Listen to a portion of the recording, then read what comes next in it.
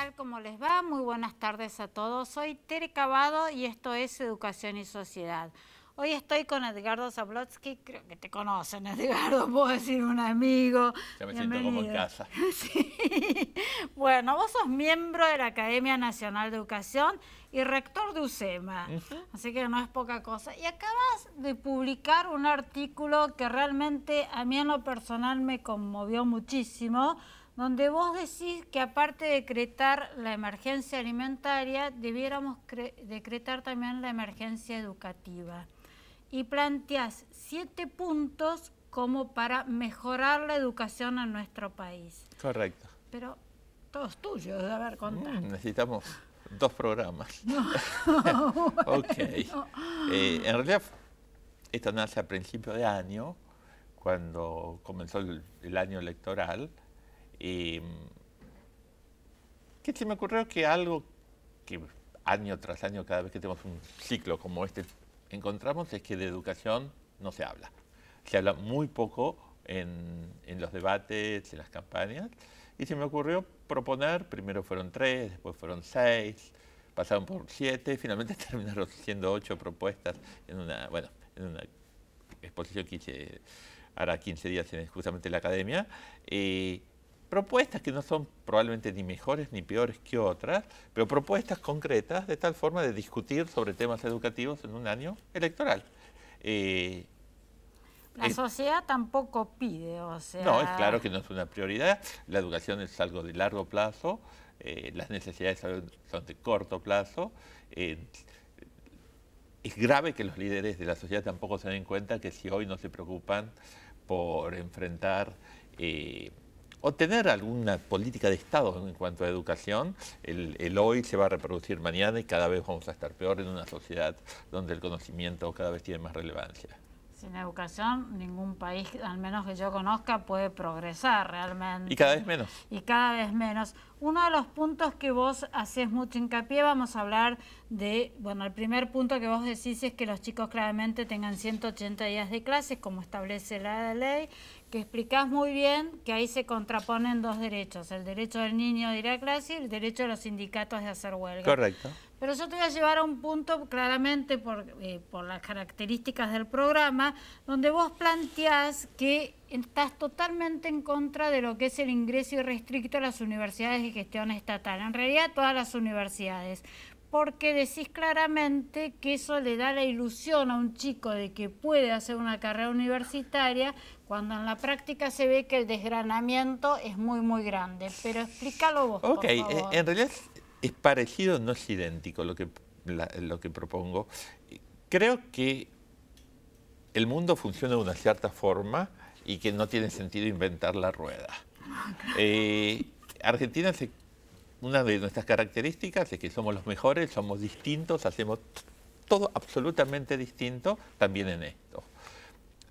Un examen al final del secundaria, lo cual no es un examen de ingreso, es otra cosa. No es necesariamente, es una evaluación para todo chico que termina la escuela secundaria en cualquier tipo de instituto, ya sea de gestión estatal o gestión privada, daría una información primero al sistema muy importante y en segundo lugar le daría el mensaje al chico de que, bueno, es importante la preparación que está realizando.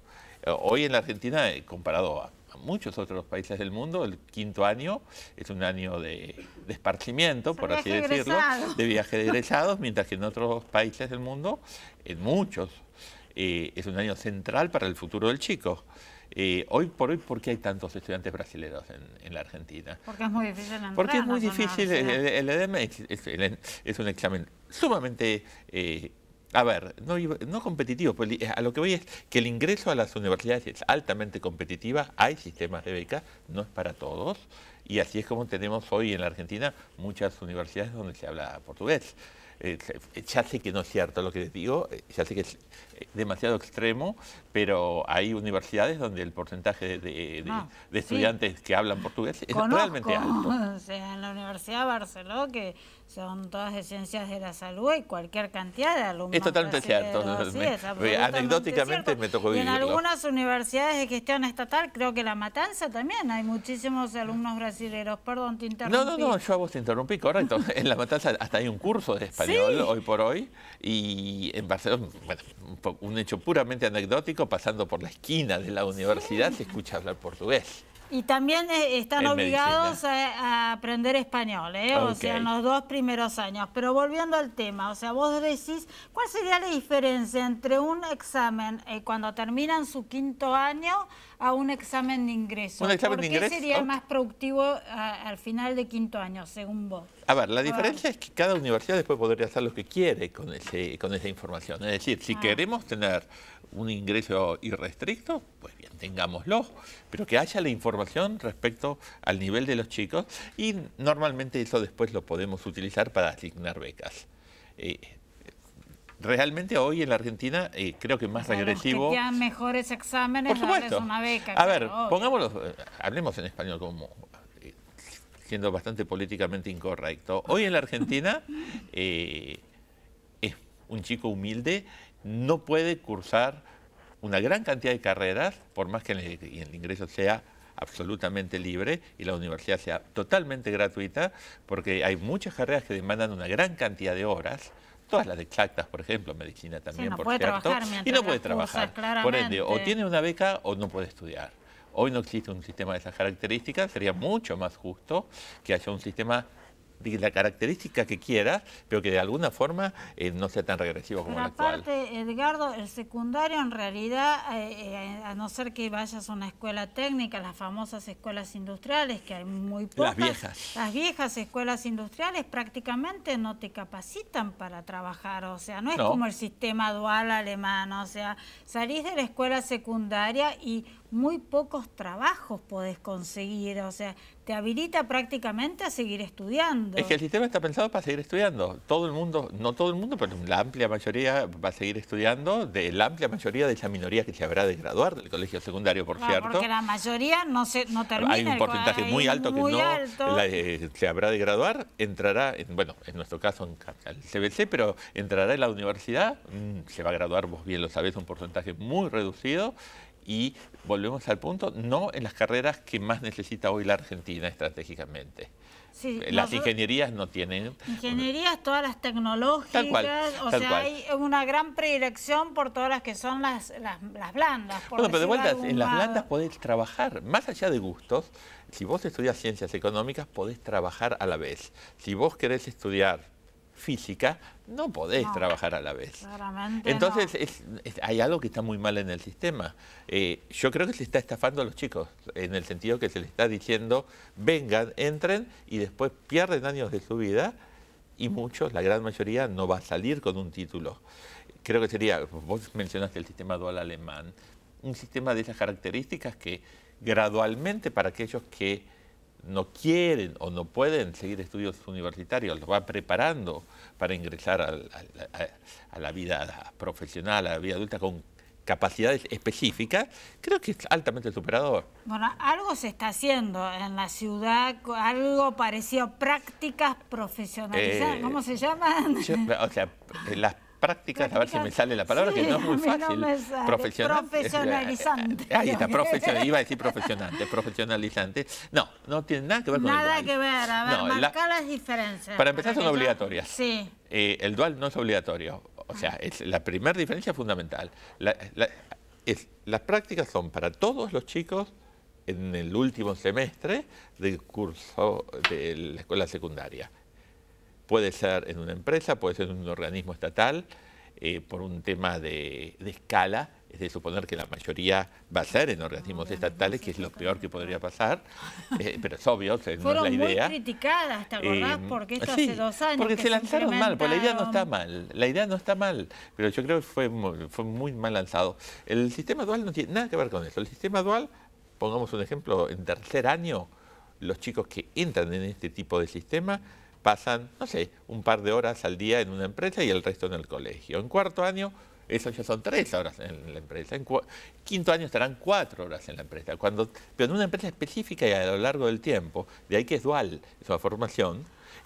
Perdóname que te interrumpa. Y los capacita también alguien de la empresa. Pero por supuesto. Sea, aprenden aprenden haciendo, por decirlo de algún modo. Tiene dos características. Uno, obviamente esto es la tradición alemana de el maestro artesano con sus discípulos, que es una tradición europea de por sí. Y en segundo lugar, por supuesto, estas empresas tienen algún tipo de incentivo fiscal para hacerlo. Y algo muy interesante en Alemania, los sindicatos no se oponen, sino que apoyan este tipo de prácticas. Claro, porque cuando se comenzó con todo el tema de las prácticas profesionalizantes, o sea, hubo muchísimas contras que tenían... no, que obviamente si era empleo encubierto, claro, ¿viste? Obvio. O sea, yo me acuerdo que fue muy complejo. Sin embargo, el sistema dual tengo entendido que funciona perfectamente y aparte le facilita a los chicos conseguir el primer empleo. Nos tenemos que ir a un corte, Edgardo. Ustedes no se vayan de ahí que seguimos con él.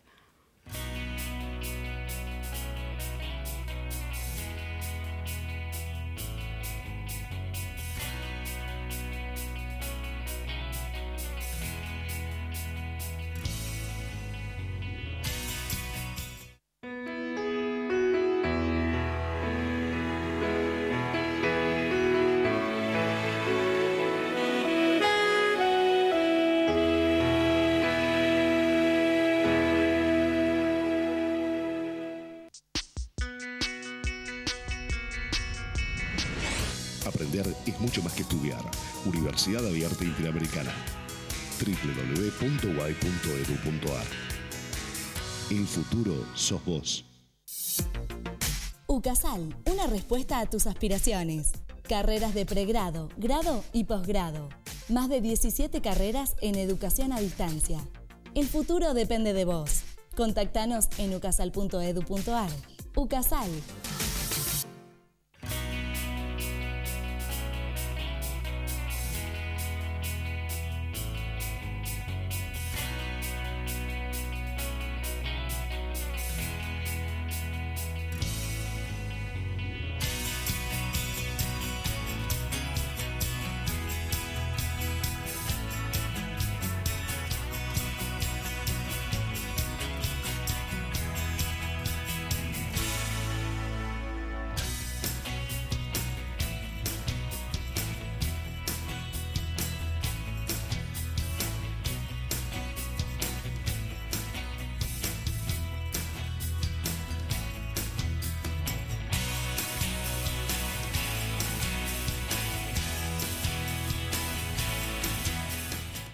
Cuando vos empezás en la Kennedy, nosotros empezamos con vos.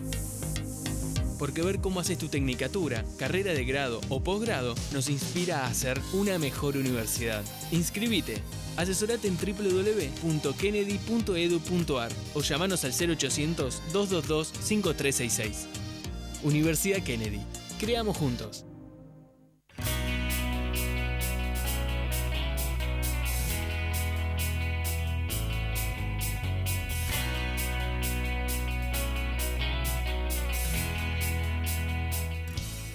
Edgardo, otro tema que me llamó mucho la atención de los 7 puntos que vos marcás, vos estás muy a favor de las pruebas a aprender, bueno, de que realmente existan, pero decís que deben ser publicadas, que tanto los padres deben saber cómo es la calidad de educación de los colegios. ¿Es correcto lo que digo? Sí, a ver. A mí me parece trivial, bueno, que estoy a favor, creo que nadie puede estar en contra de tener más información es mejor que menos. Recordemos lo que pasó con la última ronda de pruebas PISA, bueno, la anteúltima, pues ya en diciembre de este año vamos a tener resultados, pero, y sí, ya fue en diciembre del año pasado, fue la última ronda, pasa rápido el tiempo, pasa rápido, pero creo que nadie tiene más derecho que los padres a conocer el nivel de los colegios a los cuales concurren sus hijos. Un problema que tenemos, y a mí me parece que es serio, es que los padres se desentendieron un poco del problema educativo de sus hijos por la realidad cotidiana, tienen que llegar a fin de mes. Aparte de trabajar los dos. Seguro, y aparte no tienen alternativa. Para muchos padres el colegio del Estado es la única alternativa. El colegio del Estado, salió a mi edad, un colegio de gestión pública es la única alternativa, sencillamente, por ende es lo que hay. En ese sentido, los padres se no toman noción del nivel del colegio. Es más, muchos papás piensan, como siempre dice el presidente de la academia, el doctor Guillermo Jaime Echeverri, que la educación argentina está muy mal, pero el colegio donde van sus hijos está bien, está ok, lo cual por supuesto es una imposibilidad lógica, ¿no? Entonces, para mí la única forma de despertar a los padres, lograr que se enojen, lograr que, como me gusta a mí decir, hagan manifestaciones en la puerta de Pisurno, del ministerio. Los padres, no los sindicatos. No estamos hablando de los padres pidiendo por una mejor educación, es que se enteren para empezar del real nivel de los colegios donde van los chicos. Eso no implica, porque la palabra estigmatización, como bien menciona la ley, aparece una y otra vez. Por supuesto no implica ni dar el nombre de los alumnos, ni de casualidad, ni de los maestros. Lo único que estoy diciendo es que la información sobre los colegios debe ser pública, de tal forma que los papás puedan decir, wow, ¿por qué el colegio está a 2 cuadras? El resultado es tan distinto. No estoy diciendo un colegio que está en Recoleta con un colegio que está en Barraca, porque el nivel socioeconómico es absolutamente distinto y la realidad es distinta. Pero los datos respecto a colegios que están en la misma zona es totalmente relevante. Yo creo que los padres tienen derecho. Creo que planteado de esa forma estoy totalmente de acuerdo. Al principio yo no estaba muy de acuerdo con que se tuviesen que publicar, pero como vos lo planteás estoy absolutamente de acuerdo. Y al último tema que voy es al tema que vos planteás muy bien, el tema del mecenazgo educativo, donde vos decís que va a haber escuelas que van a verse muy favorecidas por esto. Que en Uruguay se plantea muy bien, está implementado, pero que acá no. A ver, vuelvo a... Que lo entienda, ¿qué es el mecenazgo educativo? Por eso, vuelvo a lo que hoy empezamos, es como un círculo, ¿no? En no inventar lo que ya está inventado. En Uruguay funciona hace muchos años, hay una ley hace muchos años que permite a empresas o a particulares realizar donaciones, eso sería lo que es el mecenazgo, a instituciones educativas, por ejemplo, primarias o secundarias, en barrios carenciados, en zonas desfavorecidas.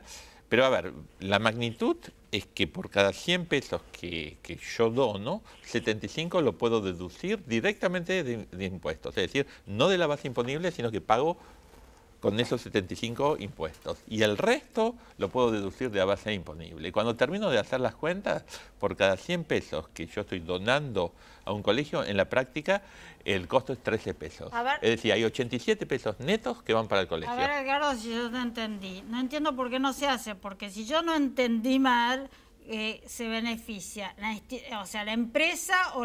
También puede donar una persona, por supuesto. ¿Por qué no? O sea, la empresa o la persona que dona, el colegio claramente porque recibe, bueno, y el Estado también, ¿no? Porque si mejora la educación, se mejora ese colegio, claro, se deduce de impuestos, o sea, recauda menos, pero nos beneficiaríamos todos. A ver, ¿por qué no se hace y cuál es el efecto fiscal? El efecto fiscal es mínimo porque la magnitud del tema es bastante reducida. La evidencia muestra con los colegios... Hay ya varios colegios, pero los 2 primeros fueron el Colegio Jubilar de la Iglesia Católica y un liceo, ambos son colegios secundarios, el Liceo Impulso, que es un colegio laico. Los resultados son estupendos académicamente. Es interesante por el barrio, que es Casaballe, es un barrio muy humilde en Montevideo, donde los padres participan de un sorteo por el número de vacantes, porque hay muchos más padres que desean inscribir a sus hijos que la factibilidad de asientos. Y por cierto, algo que muchas veces se dice, que es que los padres no están calificados para decidir. Bueno, como decía uno de los gestores de esta idea de la Fundación Impulso, muchos de esas mamás son prostitutas, muchos de esos padres son hasta traficantes, pero a todos quieren que sus hijos estudien. 2 detalles que son anecdóticos pero interesantes. Uno, en el caso, comparando un poquito con el Uruguay, el Liceo Impulso nace a través de una fundación, la Fundación Impulso, formada por 5 personas. Una de las 5 es el actual candidato colorado a la presidencia del Uruguay, Ernesto Talvi, lo cual hoy en la campaña presidencial uruguaya seguramente no va a ser el ganador casi con certeza va a ser o el Partido Blanco o el Frente Amplio, pero a lo que voy es, el Frente Grande, perdón, a lo que voy es que hoy en la campaña electoral uruguaya la educación existe.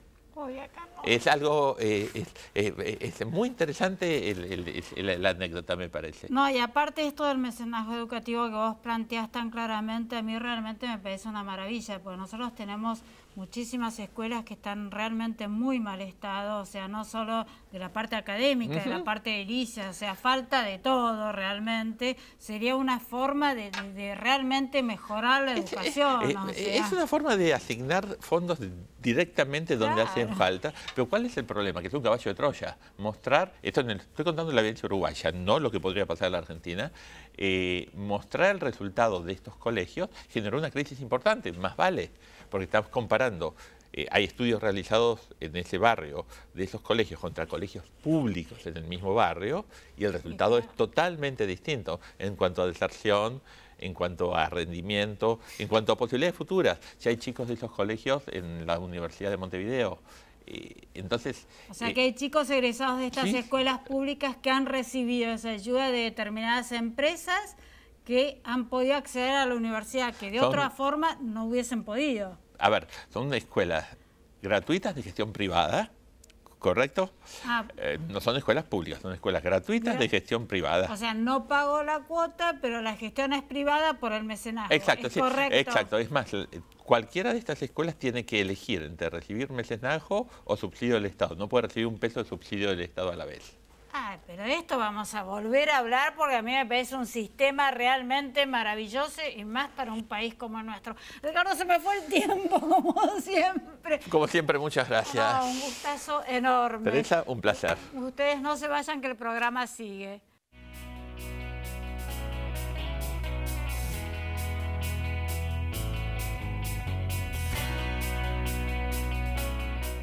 Bueno, y ahora estamos con Gastón O'Donnell. ¿Qué tal, Gastón? ¿Cómo estás vos? Muy bien. Muy bien. Bueno, vos sos rector de UCES. Que UCES crece. No se puede creer lo que está creciendo UCES. Caminás, le voy a contar a la gente, esto se graba en Córdoba y Montevideo, pero cuando vuelvo caminando por Paraguay es impresionante, han copado toda la calle Paraguay, ¿no? Le llaman el distrito, ¿no? El distrito UCES.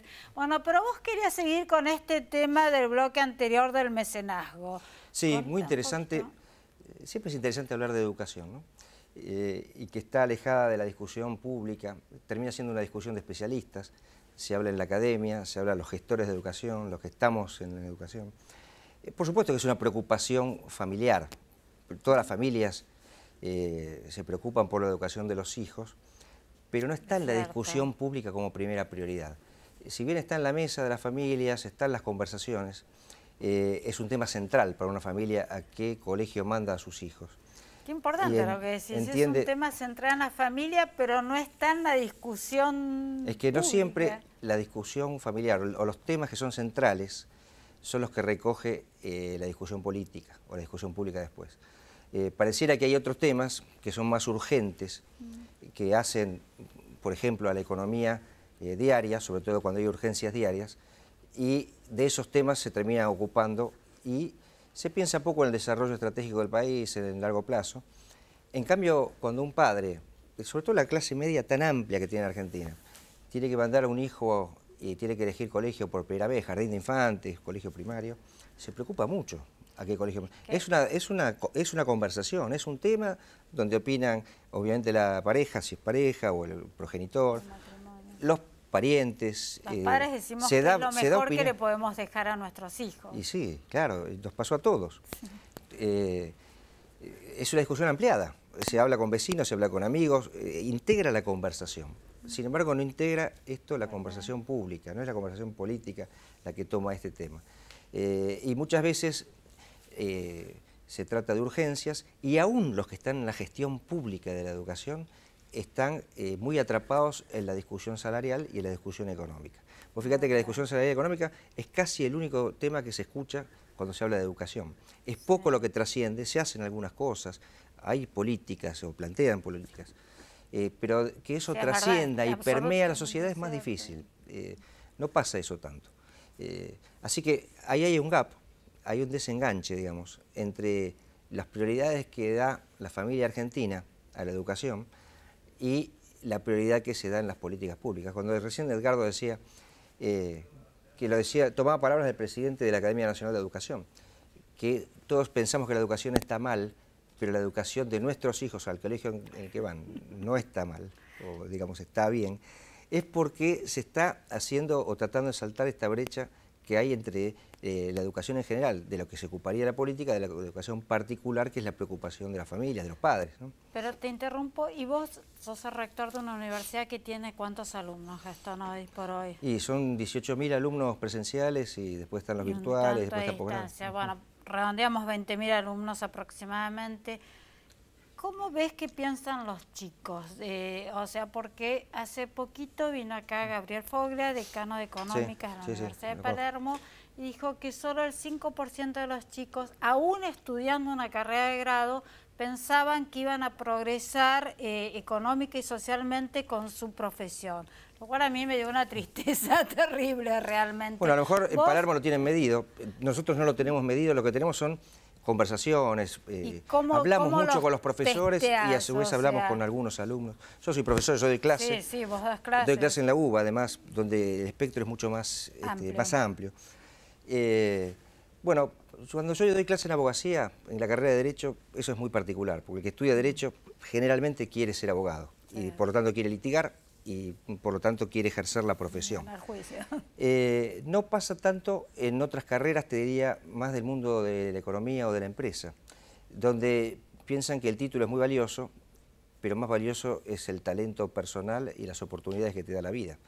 Y en las carreras informáticas se ve más todavía. Vos fijate que no termina la carrera. Dejan muchos en el camino. Sí. En algunas ingenierías también pasa eso, donde cuando consiguen un buen trabajo, es posible que no terminen la carrera, porque la carrera es muy exigente. Entonces, o la hacen en un tiempo mucho más largo, largo, la prolongan mucho, tras que no hay tantos que estudian ingeniería.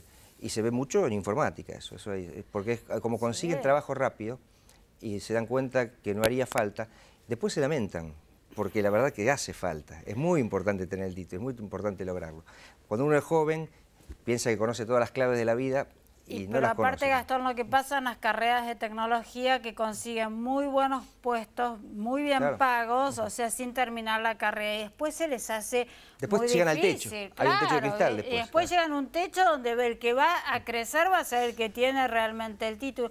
Lo que te dicen los chicos sobre ese tema es que en las carreras tipo, o sea, como que están desactualizadas, como que los programas no corresponden con lo que hacen en su mundo del trabajo. Ahí también hay un tema para gestionarlo mejor, es cierto. El tema de presentar los programas al ministerio, los plazos que se van exigiendo. Tardan mucho en cambiarse, y además cuando hay carreras que son auditadas por el Estado, la que vos sabés del artículo 43 de la Ley de Educación Superior, tienen los plazos que tienen. Claro. O sea, que tienen que estar auditadas por pero vos tenés el plazo de 6 años, entonces tendrías que esperar, hacerlo de otro modo, es difícil que te lo tomen. O sea, cambiar un programa en medio en el lapso intermedio entre una acreditación y otra, no se debería hacer, entonces... En la tecnología, en todo lo que son las carreras de informáticas, o sea, 6 años es una barbaridad de tiempo. Tenés que saltar ese gap, lo tenés que hacer igual,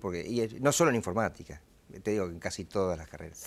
Salvo las carreras que son muy tradicionalistas, tenés que ir, todos los programas tenés que ir actualizándolos, todos los años. De hecho, desde hace aproximadamente 20, 25 años es el boom, digo yo, de todos los que son los posgrados. O sea, antes no existían tantos posgrados. Hoy la oferta en carreras de posgrado realmente es amplísima. Bueno, ustedes tienen muchísimas carreras de posgrado y esto te da pauta de que tenés que seguir estudiando. O sea, fíjate, vos hablás de los estudiantes brasileños, extranjeros, vienen muchos posgrados. A la Argentina viene mucho estudiar posgrado. Muchísimo. Y claro, porque el posgrado no tiene incumbencia, Gastón. Claro, no tiene incumbencia, entonces el estudiante extranjero ve que se puede perfeccionar en la Argentina, que todavía mantiene una buena reputación académica, pese a los problemas que señalamos. Tal vez en Latinoamérica es peor, en realidad. No es que somos mejores, sino que es peor en otro lado. En fin, eso habría que estudiarlo, pensarlo, repensarlo. Es muy difícil, porque yo recibo muchos mails de gente del exterior que quiere venir a estudiar, sobre todo colombianos y mucho ecuatorianos. Los trámites son muy difíciles. O sea, tu universidad, por ejemplo, ¿tiene un sector donde los acompañan en ese proceso? Todos los que son países de los que se llama Mercosur ampliado, que son los países del Mercosur, más, digamos Latinoamérica entera, es muy sencillo venir a estudiar en Argentina. Es muy sencillo venir a estudiar en grado y en posgrado.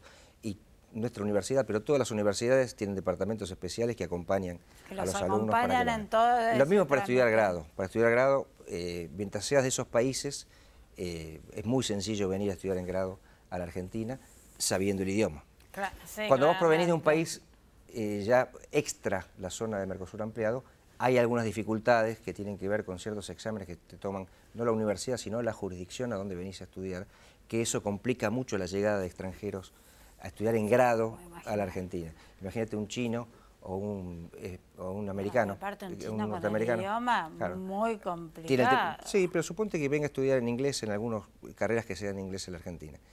Tendría que completar los exámenes del secundario, porque lo que se exige es que sea no estudiante argentino, sino ciudadano argentino. Hay un problema ahí de confusión de la norma que estamos trabajando en propuestas hacia el Ministerio y veremos si esto se llega a solucionar porque limita un poco la llegada de los estudiantes de grado de países extra Mercosur ampliado, ¿no? Más allá de la barrera, porque en algunos casos el idioma a lo mejor no es tan difícil, está más cercano al nuestro, pero el problema es que les exigen exámenes de ciudadanía. Que eso es un Bueno, y problema. aparte las universidades ahora, al margen de los que vienen a estudiar, hacen muchos intercambios. Ustedes se la pasan haciendo intercambios. Este año estuvo acá el decano de Veterinaria y Agronomía, que bueno, eso lo quiero remarcar.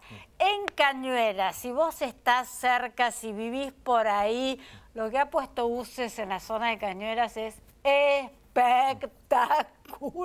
Contalo vos, Gastón. Sí, te diría que es el gran sueño, la gran joya que estamos es una maravilla. Y además en una zona muy interesante de la provincia de Buenos Aires, cerca de la capital federal. Cañuelas queda a 60 kilómetros de acá, en un cruce de caminos. Cañuelas es un lugar estratégico y es dentro del sur una gran esperanza de desarrollo. Ahí tenemos varias carreras hace varios años, pero hace 2 años comenzamos con la carrera de agronomía y de veterinaria. Vos sabés que para la Argentina el campo, la agroindustria, todo el complejo agroindustrial es la base de lo que producimos y debiéramos producir. Se dice ahora que la Argentina necesita todos los años recaudar, además del presupuesto de lo que consigue por impuestos, tiene que ir al mercado y conseguir entre 20.000 y 30.000 millones de dólares. Cuando los argentinos nos acostumbramos a pedir esa plata, bueno, vivíamos como vivíamos con esa plata prestada. Ahora parecería que por algunos años no vamos a poder hacerlo. Vamos a tener que conseguir los dólares no por la vía financiera, sino por la vía comercial. Va a haber que vender algo al mundo. Hay que producir, hay que... ¿Y qué podemos vender básicamente los argentinos al principio? Y el complejo agroindustrial. No digo los productos sin valor agregado, porque eso pareciera que no alcanza con eso, además no genera los puestos de trabajo que debería generar. Pero el complejo agroindustrial sí, y ahí hay mucha investigación, ahí te sorprenderías, se hace un desarrollo, investigación y desarrollo, se hace un desarrollo que es muy interesante para la economía argentina. No están solo las universidades, que sí lo están, hay un montón de otras organizaciones que están en los temas de desarrollo, que están ligados muchas veces a las empresas. Y ahí el acercamiento... O sea, que vos decís que la investigación la hace la universidad y también interviene la empresa. Las empresas hacen mucha investigación. Sí. Y ciertos grupos de organizaciones hacen mucha investigación y sobre todo mucho desarrollo. Oíste hablar de los grupos CREA, de lo que es, bueno, claro. Donde ese desarrollo luego se comparte en el grupo y los expertos van a brevar ahí y van a convencer de las nuevas formas de siembra que deben hacerse. Obviamente la investigación de los temas agropecuarios en Argentina es un tema complejo, no estarás exenta de la discusión que hay. ¿Quién investiga? ¿En qué países se investiga? ¿Cómo se llega acá el producto de la investigación? Y si eso paga royalty, no paga royalty. Ahí hay un tema que la Argentina todavía no resolvió, el mundo lo reclama, hubo muchos proyectos de ley y hubo muchas trabas a las leyes ahí. Así que ahí la investigación en la Argentina en esos temas, hay empresas que las hacen, hay empresas que son modelo de enorme desarrollo, habrás escuchado nombrar algunas, que son puramente argentinas, hay empresas conocidas, no damos las marcas acá. No, pero las Pero, puedo... ¿se puede nombrar? Bueno, Sí. se puede nombrar. Don Mario entre ellas. Hay empresas que son insignes en eso, son muy importantes. Y hay empresas internacionales que también hacen un desarrollo que la Argentina tiene, hoy tiene ese problema, ¿no? Se me está yendo el tiempo. Investigación es un tema que vamos a grabar un programa completo de la investigación en las universidades, porque no todo el mundo lo sabe, y yo siempre lo digo, las universidades de gestión privada hacen muchísima investigación, y la verdad que es un esfuerzo muy, muy grande. Y ustedes ahí tienen un hospital para animales chicos, un hospital para animales grandes, tienen la carrera de agronomía, deben hacer muchísima también investigación. Gastón, se me fue el tiempo, tenés que volver. Un gustazo haberte tenido en el programa, y ustedes no se vayan que el programa sigue.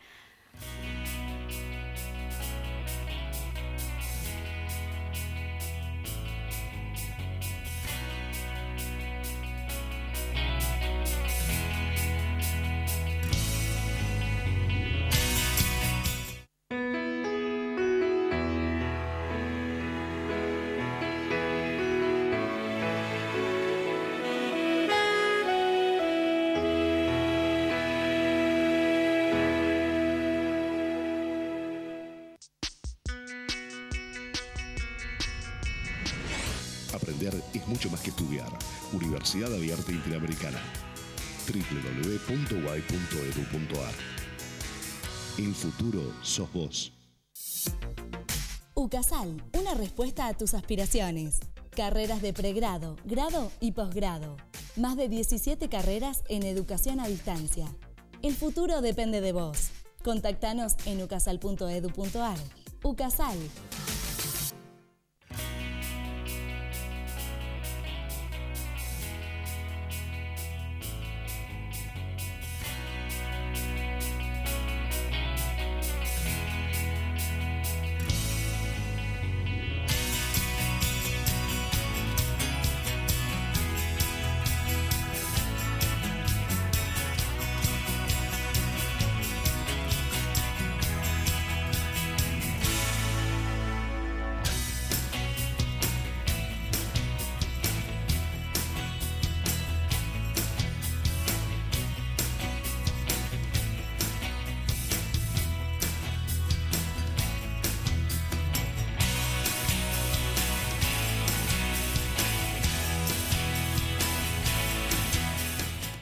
Cuando vos empezás en la Kennedy, nosotros empezamos con vos.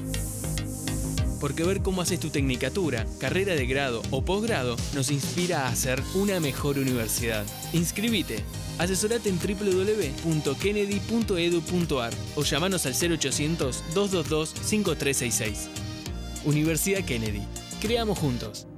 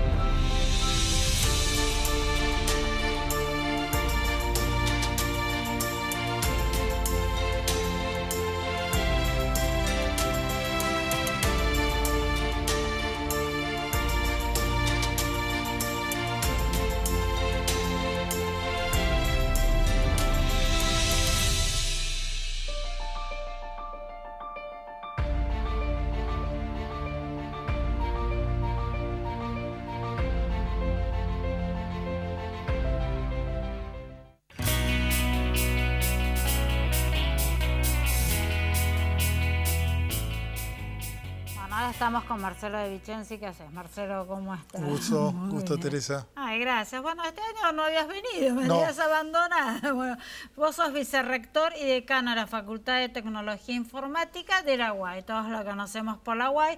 Y ahora estás a cargo de este congreso que es la edición número 17. Me dijiste que es un congreso internacional, o sea, viene gente de todas partes del mundo de innovación tecnológica.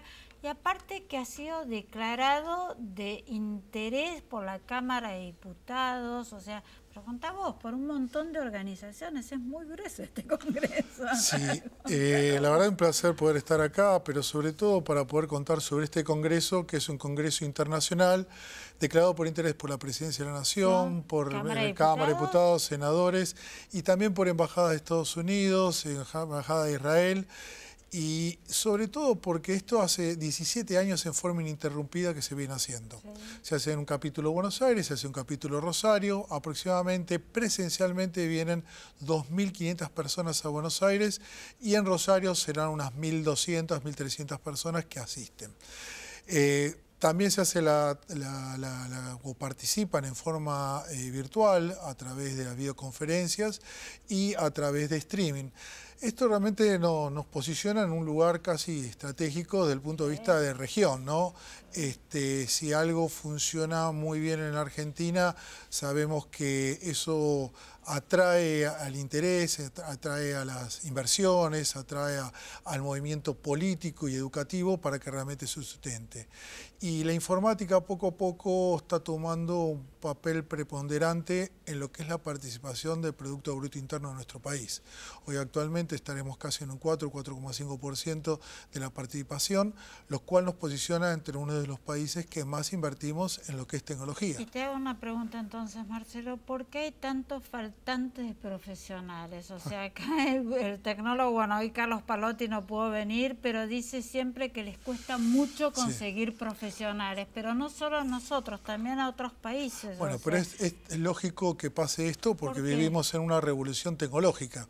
Esta revolución tecnológica hace que la informática sea transversal a todas las profesiones. Sí. Si vos trabajás no sé, en la explotación ganadera, no se puede hacer explotación ganadera sin informática. Si haces cultivos de alta precisión, no podés dejar de tener 2 drones, si los drones requieren software. Por eso una fuerte demanda, y hay una demanda insatisfecha de un 30% en nuestro país y a nivel mundial de 40%. Es decir, si tuviéramos que dejar un mensaje, es que si yo quiero estudiar informática, exactamente. Pero ahí te pregunto, compaginando con los bloques anteriores, o sea, las carreras relacionadas con informática son las carreras duras, porque tienen una importante base de todo lo que son las ciencias duras.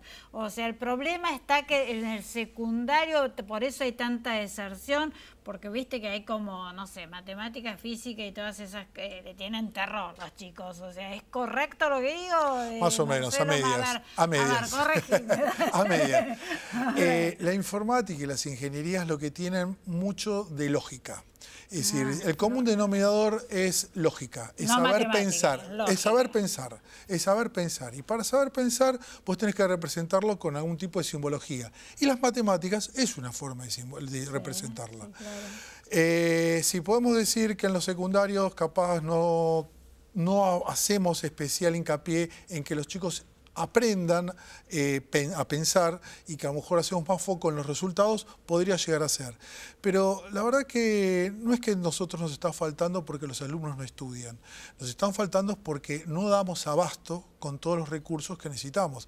También nos faltan profesores y los profesores hay que competir con una industria que les paga muy, pero muy bien para que ellos sean tiempo o que participen en lo que es la formación académica. Claro, entonces, entre dar clase que te pagan, a no ser que tengas una vocación muy grande, que también los hay, ¿eh? A ver, es muy importante la combinación de ambas. Realmente el tener una profesión como la ingeniería informática y hacer docencia te permite poder primero tener un reservorio ilimitado de ideas, porque vos cuando enseñás aprendés más que enseñás. Segundo, porque te desarrolla habilidades blandas que son importantes para los que estamos en la informática, de poder comunicar claramente y de forma precisa, porque no todos realmente hablan en unos y ceros, como hablamos nosotros. Y tercero, nos damos cuenta, exactamente, y muchas veces en un cargo gerencial uno dice, ¿por qué no puedo conseguir tales profesionales con tales habilidades? Bueno, esta es nuestra oportunidad. El poder participar en los procesos educativos hacen que realmente uno pueda hacer un cambio.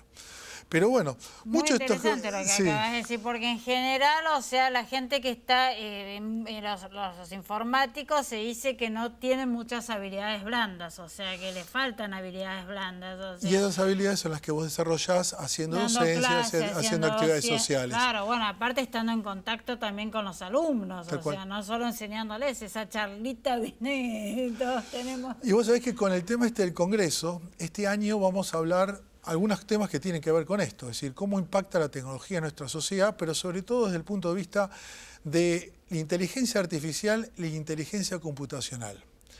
Cuando uno dice inteligencia, ahí está, inteligencia artificial o inteligencia computacional es la capacidad que tiene la máquina de poder procesar al igual que procesamos nosotros información.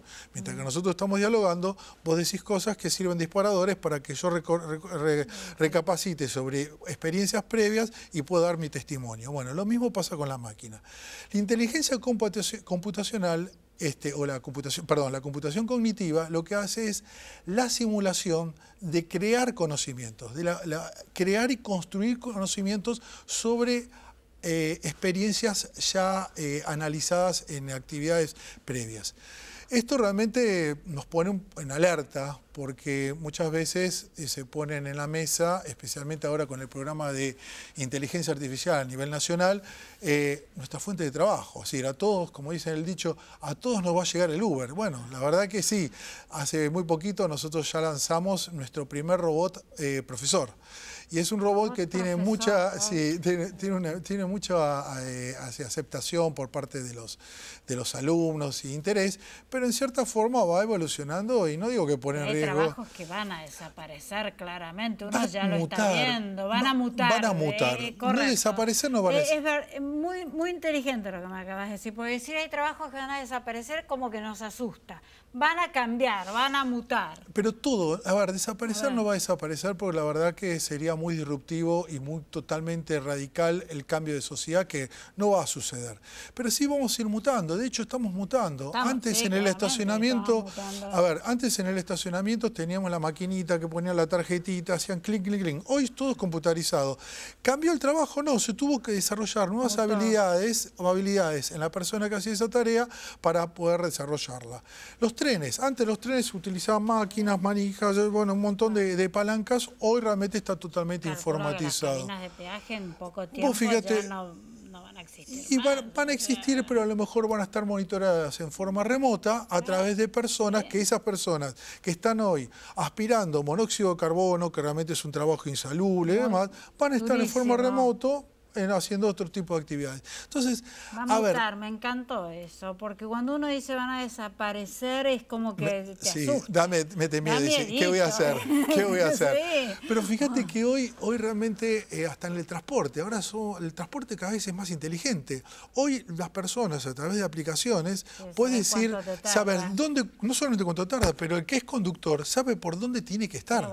Y no perder tiempo o gastar nafta de gusto girando, dando vueltas con algo que realmente sabe que en este momento, en este lugar, en este instante, alguien está buscando tu servicio. Sí, por dónde tenés que ir, te va indicando, te va hablando. Bueno, imagínate también cuando vos haces explotaciones agropecuarias de alta precisión, donde vos tenés el dron que te asiste, las máquinas que trabajan con el dron, y que vos lo que haces que monitoreás es que realmente si tenés que intervenir en alguna instancia para poder mejorar esos procesos. Que yo digo, vos fíjate, ¿no? O sea, hace algunos años, ¿quién se hubiese imaginado esto? Yo no. Y yo digo, los chicos que van a entrar en el 2020 en el jardín, ¿cuáles serán los trabajos que van a hacer cuando ellos sean profesionales? Yo no los voy a ver, pero no me los puedo imaginar. Bueno, hoy la verdad que todos los días se crea un tipo de trabajo nuevo, especificaciones particulares, y esa es la gran demanda que tiene la sociedad con respecto, o las universidades con la sociedad y la sociedad con las universidades, de apoyar realmente el desarrollo de estas nuevas carreras y estas nuevas habilidades. Marcelo, los países que han triunfado son los países que han invertido en educación, en ciencia y en tecnología. O sea, no hay vuelta realmente. Yo siempre digo que mi generación por lo menos ha crecido con que nosotros éramos un país rico, que tenemos de todo, que tenemos todos los climas, que tenemos todos. La riqueza más importante de un país es el capital humanos. O sea, está bien, yo tengo un programa de educación. Para mí la riqueza más importante es la educación y el capital humano de su gente. Y en las empresas pasa absolutamente lo mismo. Y si un país no invierte en educación, en ciencia y en tecnología, yo no sé si va a poder salir muy bien adelante. No, por eso esa es la misión que tiene este Congreso y por eso creo que hace 17 años en forma interrumpida se sigue haciendo. Puedes reflexionar sobre la innovación tecnológica e informática tocando temas que tengan que ver con política, con emprendedurismo, claro, con robótica, con arquitecturas y con cibercultura. Es decir, cómo cómo integras todo y cómo los ves y cómo vas evolucionando, porque lo que pasa este año y lo que está pasando en este momento es distinto a lo que va a pasar el año que viene y hasta. Bueno, ahora estamos hablando de todo lo que es Internet cuántica. Cuando hablamos del quantum estamos hablando de la singularidad, de la que algo es así, en este momento, en este instante, ¿no? Bueno, esto pasa ahora en Internet, porque yo busco una información que si después, dentro de 10 minutos, hago esa misma búsqueda, probablemente la salida de lo que me dé la respuesta de los distintos buscadores va a ser distinta.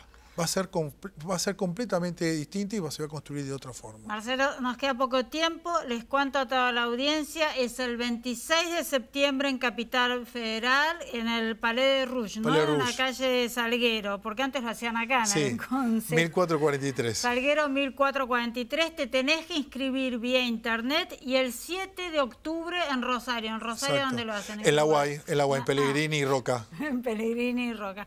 Te comprometo a que vuelvas, pero esta vez para hablar de tu facultad, porque vos sos el decano de la Facultad de Tecnología e Informática, que debo decir que ha crecido en forma exponencial. O sea, hoy tienen posgrados, tienen de todo en tu facultad. Sí, son 2.200 alumnos que están permanentemente renovándose activamente y ya tenemos desde las carreras técnicas hasta doctorado en informática. Pues, doctorado en informática, o sea, creo que son los únicos que la tienen. No, hay varios, hay algunas, varias, no somos pocas, pero sí, hay algunas que las tenemos. Un placer enorme haberte tenido en el programa y bueno, nos vemos en el Congreso. A todos ustedes, muchas gracias por estar ahí, nos vemos la semana que viene, si Dios quiere. Buena semana para todos.